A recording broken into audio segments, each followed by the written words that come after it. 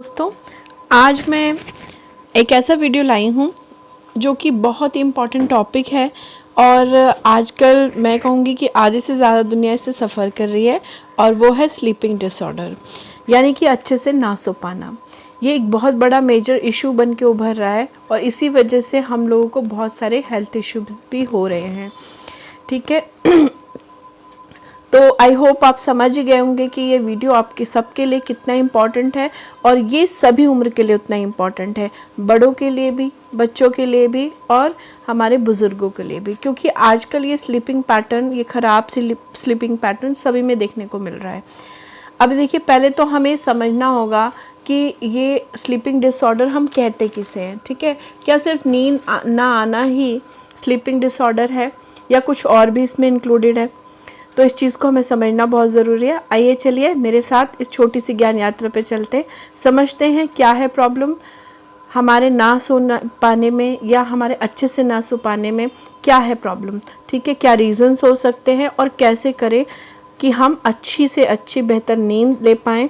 और आपको पता है कि जब हम सोते हैं तो मतलब पूरा दिन काम करने के बाद हम सोते हैं तो सिर्फ हमारी बॉडी रिलैक्स नहीं करती, हमारा माइंड, हमारी मनस्थिति, हमारे एक एक सेल, सब चीज़ रिलैक्स करते हैं और अगले दिन के लिए वो तैयार होते हैं। इसके अलावा सारा दिन में जो कुछ भी बॉडी डैमेज हुआ है उसकी बॉडी रिकवरी भी करती है, जिसमें हमारे मतलब फिज़िकल डैमेज और हमारे इमोशनल डैमेज भी इक्वली शामिल है। यानी आप अगर सोते हैं तो सिर्फ आप आराम नहीं कर रहे, आप अपनी बॉडी को, अपने माइंड को, अपने इमोशंस को हील कर रहे हैं। तो कितना ज़रूरी है सोना, ये तो आप समझ गए होंगे, तभी आप दूसरे दिन के लिए तैयार हो पाते हैं।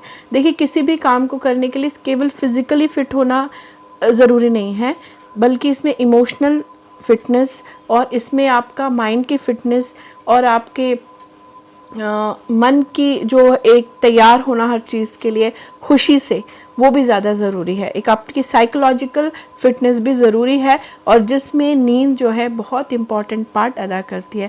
तो चलिए आइए जानते हैं पहले हम सिम्टम्स क्या हैं। ठीक है, आइए जानते हैं क्या स्लीपिंग डिसऑर्डर्स होते हैं। देखिए, अगर आप बेड पे गए बट आप सो नहीं पा रहे, ठीक है, और या फिर आप थोड़ा थोड़ा सो ले रहे हैं लेकिन बार बार आप टर्न कर रहे हैं, कभी इस करवट कभी उस करवट, मतलब बेचैनी सी है आपको। ठीक है, आप पूरे रेस्ट माइंड में नहीं हैं, आप पूरा पीस महसूस नहीं कर रहे, या फिर आप बार बार चौंक के उठ जाते हैं, बार बार आपकी नींद टूट जाती है।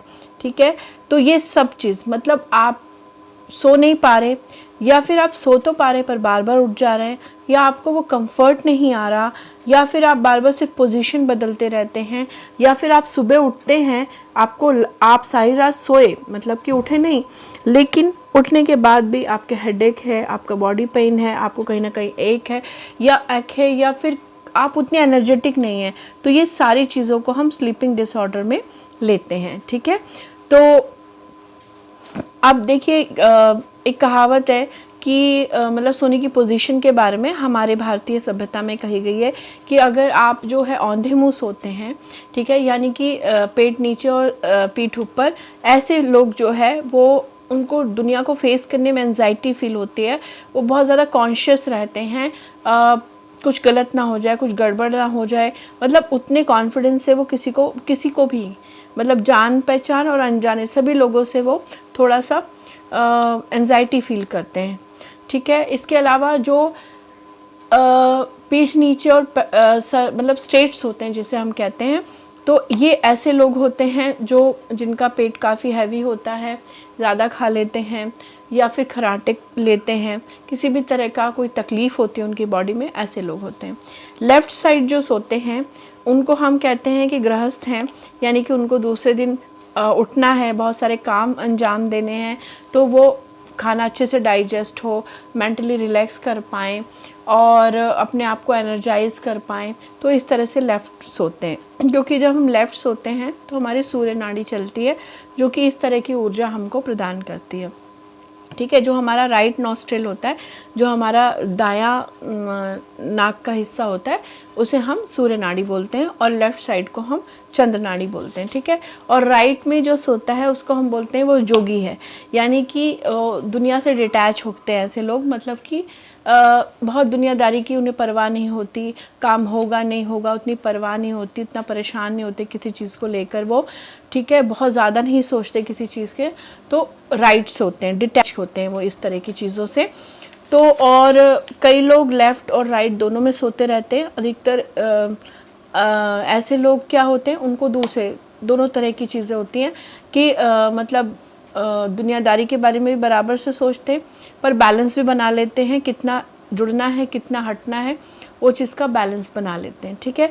तो एक छोटा सा टिप्स देना चाहूँगी, अगर आप जब भी सो के उठें तो आप कोई भी पोजीशन में सोएं, क्योंकि अभी सही पोजीशन में आप काम करेंगे तब आपको आएगा सोना। लेकिन अगर आप थोड़ी देर 5-10 मिनट निकाल के सीधी तरफ सो लेते हैं तो ये आपके शरीर को बहुत रिलैक्स और दिमाग को रिलैक्स देता है। शुरू में शायद आपको महसूस ना हो, पर धीरे धीरे ये हो जाता है। चलिए आगे बात कर लेते हैं कि हम क्या क्या करें कि हम अच्छी नींद ले पाएँ।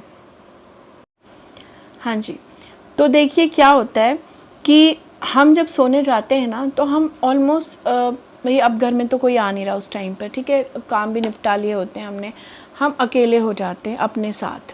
और ऐसे टाइम में हमें सारे कॉन्फ्लिक्ट, सारी प्रॉब्लम्स, जो हमारे इश्यूज़ हैं, सब एक के बाद रिमाइंड होना शुरू हो जाते हैं।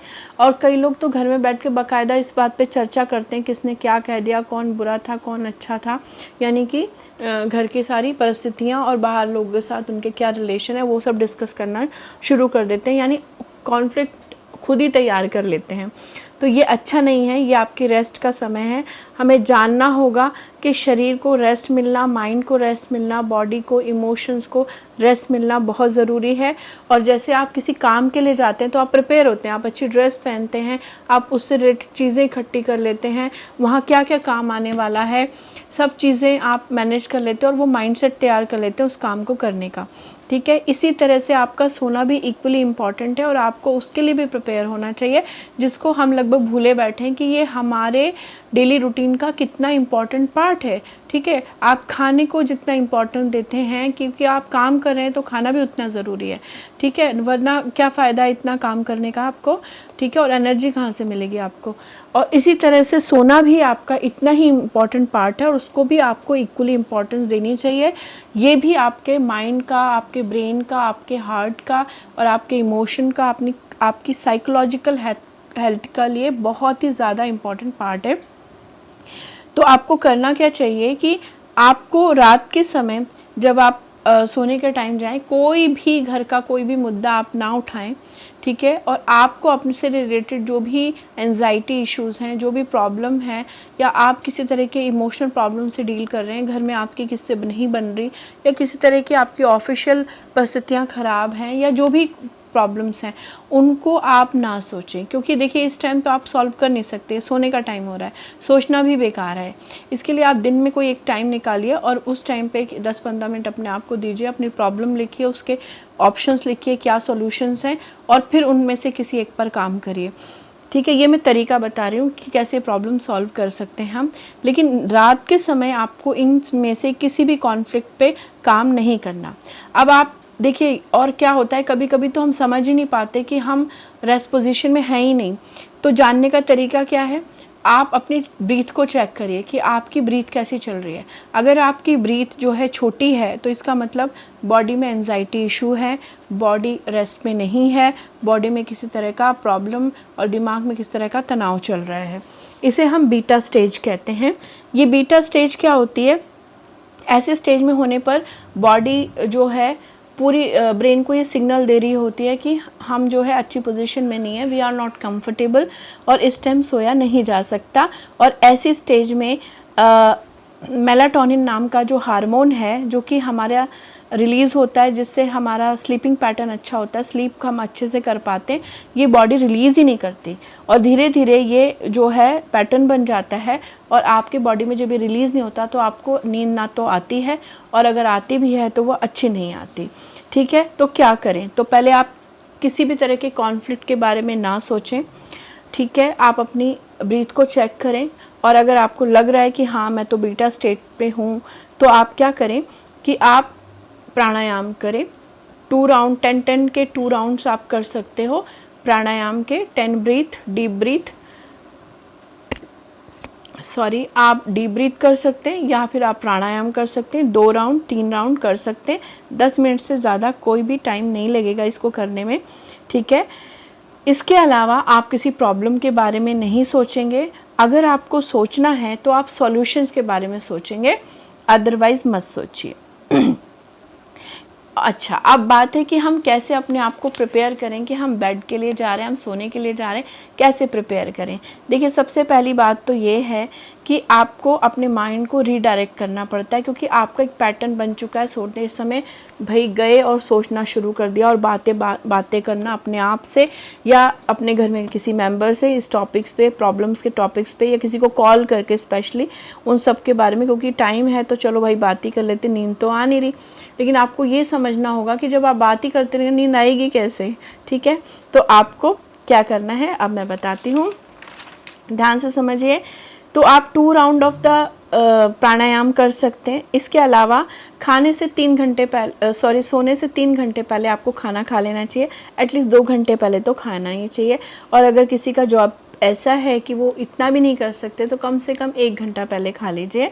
इसके अलावा आप टी, कॉफ़ी, चॉकलेट और किसी भी तरह का हार्ड ड्रिंक अवॉइड करें। सोने के टाइम पे बिल्कुल ना करें। बहुत ही कंफर्टेबल, बहुत ही सॉफ्ट, अच्छे साफ़ सुथरे कपड़े पहने, ठीक है। लोग क्या करते हैं कि सोने के टाइम कौन देखने आ रहा है, कैसे भी कपड़े पहन लो, ऐसा नहीं होना चाहिए। सोना भी उतनी इम्पॉर्टेंस रखता है। आपको सोने के लिए बहुत कंफर्टेबल, सॉफ्ट, जिसमें बॉडी को अच्छा महसूस हो, ऐसे कपड़े पहनने चाहिए। इसके अलावा ब्रश करना, कॉम्बिंग करना, अपने आप को किसी अच्छी फ्रेगरेंस का यूज़ करना, ये आपको रिलैक्स करता है और आपको धीरे धीरे दिमाग को ये बताता है कि अब सोने का टाइम हो गया। अगर 10-15 मिनट अपने पर लगा देते हैं सोने से पहले इस तरीके से, तो एक तरह से आप सिग्नल दे रहे हैं कि now I am relaxing, now everything is good, everything is right, nothing problematic, और अब मैं सो सकता हूँ या सो सकती हूँ, ठीक है। चलिए आगे बात करते हैं और भी बेहतरीन चीज़ों पे। हाँ जी, और क्या कर सकते हैं, और हम ये कर सकते हैं कि अगर कोई आपकी प्रॉब्लम चल रही है तो पीसफुल माइंड से सिर्फ उसके सॉल्यूशन के बारे में सोचिए और एक आध सॉल्यूशन को कर लीजिए कि इसको कल ट्राई करते हैं, ठीक है। और नहीं तो मत ही सोचिए। इसके अलावा अपनी तारीफ़ें करिए, ठीक है, क्योंकि सारा दिन क्या होता है, आप लोगों के कांटेक्ट में रहते हैं, ठीक है, और वो कोई भी एक दूसरे के बारे में अच्छा नहीं कह रहा, अगर आपको अच्छे एक्सपीरियंस नहीं हो रहे बाहर से, तो एक अपने लिए बहुत ख़राब सी भावना जनरेट हो जाती है। और इंसान सबसे अच्छी खुशी तब महसूस करता है जब उसकी कोई तारीफ़ करे, बड़ा दिल खुश हो जाता है, चाहे वो झूठी कर रहा हो, ठीक है। तो आपको ये करना है कि आप अपनी तारीफ़ खुद करिए, कोई नहीं कर रहा, आप खुद करिए। अपनी ब्लेसिंग्स गिनिए, अपनी लाइफ में अच्छा क्या क्या है वो गिनिए, और आप किस किस चीज़ में अच्छे हैं वो बात करिए। अपने आप से बताइए कि तुम तो बहुत अच्छे हो, तुम दिखते बहुत अच्छे हो, या तुम इस काम में बहुत अच्छे हो, तुम बोलते बहुत अच्छा हो, तुम्हारा तो ये सब्जेक्ट बहुत अच्छा है, तुम्हारा ये काम करने का तरीका बहुत अच्छा है। अपनी प्रेस करिए, ठीक है। इसके अलावा आप कुछ भी अच्छा पढ़ सकते हैं, 10-15 मिनट कुछ भी अच्छा, चाहे कोई अच्छी धार्मिक बुक है या कोई मोटिवेशनल बुक है या कुछ भी अच्छा, पोइट्री है कोई अच्छी सी, वो पढ़ लीजिए, या कोई बढ़िया सा सॉन्ग सुन लीजिए। इससे मुझे याद आया कि आखिरी में रात को सोते समय सब अपना मोबाइल लेके ज़रूर बैठ जाते हैं। तो ये भी बात है कि मोबाइल, टीवी और जितने भी गैजेट्स हैं, इसे उसको मतलब सोने के 1 घंटा पहले आप बिल्कुल बंद कर दीजिए, छोड़ दीजिए। जैसे आप 2 घंटे पहले खाना खा लें या 1 घंटे पहले खाना खा लें, उसी समय आपको एक डिजिटल स्ट्राइक जिसे कहते हैं ना, कि सारे डिजिटल गैजेट्स को बंद कर देना है, बिल्कुल नहीं करना है, इसको स्ट्रिक्टली आपको फॉलो करना है। अदरवाइज़ ये कभी ना कभी आपका ख़राब नींद का पैटर्न बना ही देगी। अगर आज आपको इश्यू नहीं है तो कल हो ही जाना है, ठीक है। तो डिजिटल स्ट्राइक पे चले जाइए। अगर करना है तो सिर्फ अच्छा म्यूज़िक, सॉन्ग वगैरह लगा लीजिए और उन्हें धीरे धीरे सुनते रहिए। अच्छी कोई चीज़ पढ़िए 15-20 मिनट, अपनी तारीफ़ करिए, अपनी लाइफ में आज दिन में अच्छा क्या क्या हुआ, सिर्फ अच्छा क्या क्या हुआ वो लिखिए, ठीक है। क्योंकि बुरा क्या हुआ वो तो आपको खुद ही याद आ जाएगा, उसको आपको याद करने की ज़रूरत नहीं पड़ेगी। तो इसीलिए उसको अवॉइड करिए और जो अच्छा है वो सब लिख डालिए, ठीक है। तो आप आई होप समझ रहे होंगे कि आप क्या क्या कर सकते हैं। इसमें आप सारी चीज़ें भी ले सकते हैं, 2-3 चीज़ें भी ले सकते हैं। ये आपको बिज़ी कर देगा और धीरे धीरे आपको रिलैक्स माइंड ऑफ स्टेटस में लाएगा कि कुछ प्रॉब्लम नहीं है, सब ठीक है, ऑल इज़ राइट, और अब सोया जा सकता है। ठीक है। हाँ जी, इसके अलावा एक सबसे इम्पॉर्टेंट चीज़ जो मैं आप सबसे डिस्कस करना चाहूँगी वो है कॉन्शियस मॉर्टेलिटी। ठीक है, आपको अपने लाइफ में मॉर्टेलिटी कॉन्शियस को ज़रूर अपनाना चाहिए। देखिए, चाहे सुनने में कितना ख़राब लगता है, लोग इस सच्चाई को नहीं देखना चाहते, लेकिन सच यही है कि एक दिन ये जीवन सबको छोड़ के जाना है। ठीक है, कोई भी यहाँ हमेशा के लिए नहीं आया, एक दिन सबको जाना है, जो आया है वो जाएगा भी। तो ये कॉन्शियस ऑफ मॉर्टेलिटी जो है, आपको डेली अपने आप को रिमाइंड कराना चाहिए, नहीं तो 2-3 दिन में एक बार ज़रूर रिमाइंड कराना चाहिए। और हमेशा इंसान के दिमाग में जैसे जीवन सत्य है कि आप जीवित हैं, वैसे ही मृत्यु भी एक सत्य है, ये भी जानना चाहिए। और कॉन्शियस ऑफ मॉर्टेलिटी में जीना चाहिए। आपको जानना चाहिए कि एक दिन मुझे जाना है। ये जीवन कितना इम्पॉर्टेंट है, कितना मूल्यवान चीज़ मुझे मिली है, जिसको मैं पल पल और दिन दिन खो रहा हूँ या खो रही हूँ। ठीक है, और तब आपको लाइफ की रियल इम्पोर्टेंस समझ में आती है कि ये जो झगड़े, ये जो लड़ाइयाँ, ये जो परेशानी जिनमें आप उलझे हुए हैं, ये कितना इम्पोर्टेंस रखते हैं, कि आपके जीवन से भी ज़्यादा इम्पोर्टेंट है ये। आप एक जीवन जी रहे हैं जो एक दिन ख़त्म हो जाना है, तो इसको जीना सीखिए। ठीक है, और कॉन्शियस ऑफ मॉर्टेलिटी ये सिखाती है कि सीमित समय है, सीमित सांसें हैं, सीमित दिन है, इनको अच्छी चीज़ों में लगाइए, बेहतर चीज़ों में लगाइए, लाइफ को बेहतर बनाइए, समय को बर्बाद मत करिए, एनर्जी को बर्बाद मत करिए चिंता, परेशानी और टेंशन में, बल्कि उनकी ओर काम करिए। लाइफ को और खूबसूरत बनाने के लिए प्रयास करिए, फालतू चीज़ों में मत उलझिए, और इसके अलावा जीवन जीना सीखिए। ठीक है, ऐसा ना हो चीज़ें कमाने और इकट्ठा करने के चक्कर में आप जीना ही भूल जाएं, और फिर वो सारी इकट्ठा की हुई चीज़ें एक दिन आपके पास रह ही जाएंगी और आप यहाँ से चले जाएंगे। तो कॉन्शियस ऑफ मॉर्टेलिटी में जीना सीखिए। जीवन को सच में जीने का आनंद आप तभी ले सकते हैं जब आप ये याद रखें कि एक दिन जाना है भाई, काहे को किसी से लड़ना है, काहे को झगड़ना है, क्यों बातें मन में रखनी है, क्यों बहुत ज़्यादा सोचना है। ज़िंदगी में जियो, खुशी से जियो, जो आपका दिल करता है एक बार वो भी कर लो, और अच्छी अच्छी चीज़ें करो, अच्छी चीज़ों पे फोकस करो, लाइफ में अचीव करो, ज़िंदगी को जी भर के जियो।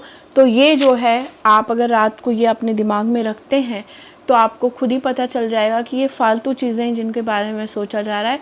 एक अच्छी सी प्यारी सी नींद ली जाए, इससे बेटर ये है, और नेक्स्ट डे के लिए तैयार हुआ जाए। ठीक है, अगर आप एक अच्छी नींद लेते हैं ना, सच में आप दूसरे दिन के लिए बहुत बेहतर रूप से तैयार हो जाते हैं। यानी आपको सोने के डबल फ़ायदे हैं।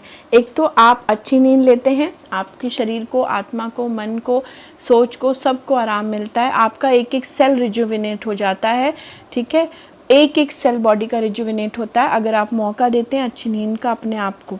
इसके अलावा आप नेक्स्ट डे के लिए भी प्रिपेयर हो जाते हैं, क्योंकि उसी एनर्जी का तो आप नेक्स्ट डे इस्तेमाल करने वाले हैं। ठीक है, तो एक नेक्स्ट डे के लिए आप ये भी प्रिपेयर कर सकते हैं, एक छोटा सा शेड्यूल लिख सकते हैं आप नेक्स्ट डे के लिए कि ये 3-4 काम मुझे कल करने हैं। आप अपने को होप दे सकते हैं, मुझे कल क्यों उठना है, क्या बेहतर करके दिखाना है मुझे। ठीक है, तो एक आपको होप हो जाती है कि मुझे बहुत अच्छे से सोना है और मुझे कल ये बेहतर से बेहतर काम करना है।